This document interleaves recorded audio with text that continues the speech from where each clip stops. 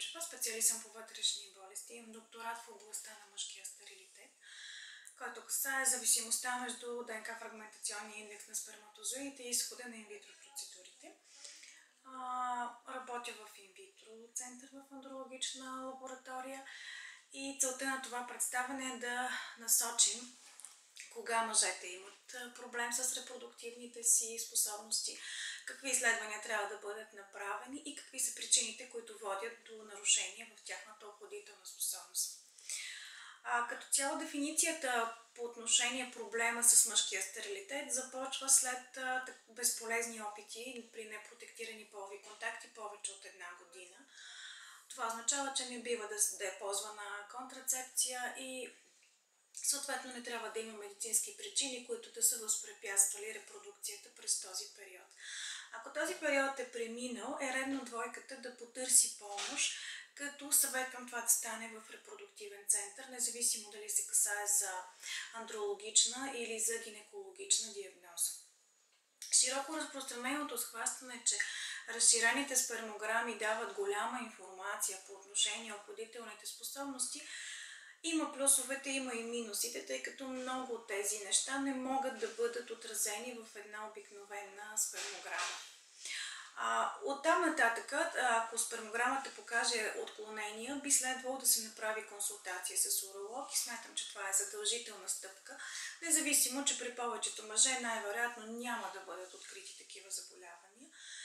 При проблеми, свързани с броя на сперматозоидите и тяхната подвижност, се правят изследвания на полови хормони, както и пълната гама от микробиологични изследвания на семейната течност, касаещи баналната флора, инфекциите с урогенитални микоплазми и най-честата полово преносима инфекция, това е тази с хламидия трахоматис. В последно време обаче стерилитета, който се дължи на полово преносими инфекции, намалява и може би той някъде е в границите между 3 и 5%, в сравнение правим и с европейските показатели, които са между 3 и 4%. По отношение широките схващания за причини, така коренящи се в предишна инфекция с заушка или с варикоцеле, това са стандартните показатели, т.е. смятаме, че варикоцелето причинява до 15% от стерилитета при мъжете. Хубаво обаче то да бъде търсено при млади момчета, когато оперативната интервенция е абсолютно показана и тя ще доведе до най-големи резултати. Що се касае до генетичните заболявания, едва 0,5% от популацията имат такива заболявания, но тогава, когато има нарушение в спермалния брой, ако той съответно е под 15 милиона, този процент се качва на 5, а при пациенти, които имат много тежки отклонения в броя, така наречените олигозооспермия или свръхтежка олигозооспермия, този процент може да стигне между 15 и 20.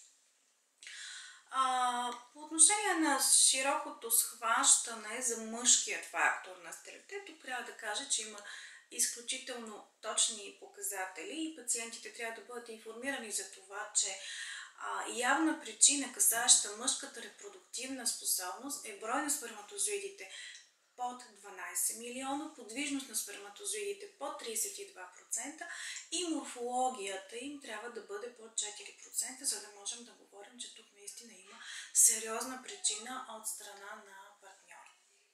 Лечението, което се прави, касае всички тези причини, които са изброени, като във всеки случай то се прави етиологично. Т.е. инфекциите се лекуват с антибиотици, ендокринните нарушения се лекуват по съответния начин, докато хирургичните проблеми, като варикоцели или други урологични проблеми, в повечето случаи намират урологично решение, в смисъл хирургично най-често решение. По отношение на генетичните заболявания, доста се развиха схващанията за тях, има съвременни, модерни техники, при които се прави предимплантационна селекция на вече получените ембриони след асистирана репродуктивна техника.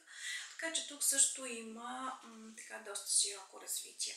Това, което прави впечатление в последните няколко години, е много честата причина за стерилитет са мъже, които имат затлъстяване.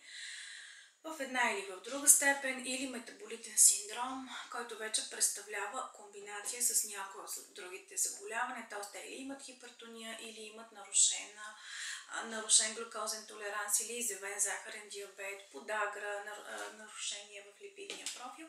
Така че тези мъже би следвало да си направят дори профилактични изследвания преди да се започнат въобще опитите за бременност. Също така в сферата на профилактичните изследвания попадат и пациенти, които имат системни заболявания, т.е. хора, които вече имат изявено заболяване, като захарен диабет, някои от автоимунните заболявания, пациенти, които имат ревматологични автоимунни заболявания, хроничния улцерозен колит в тази категория.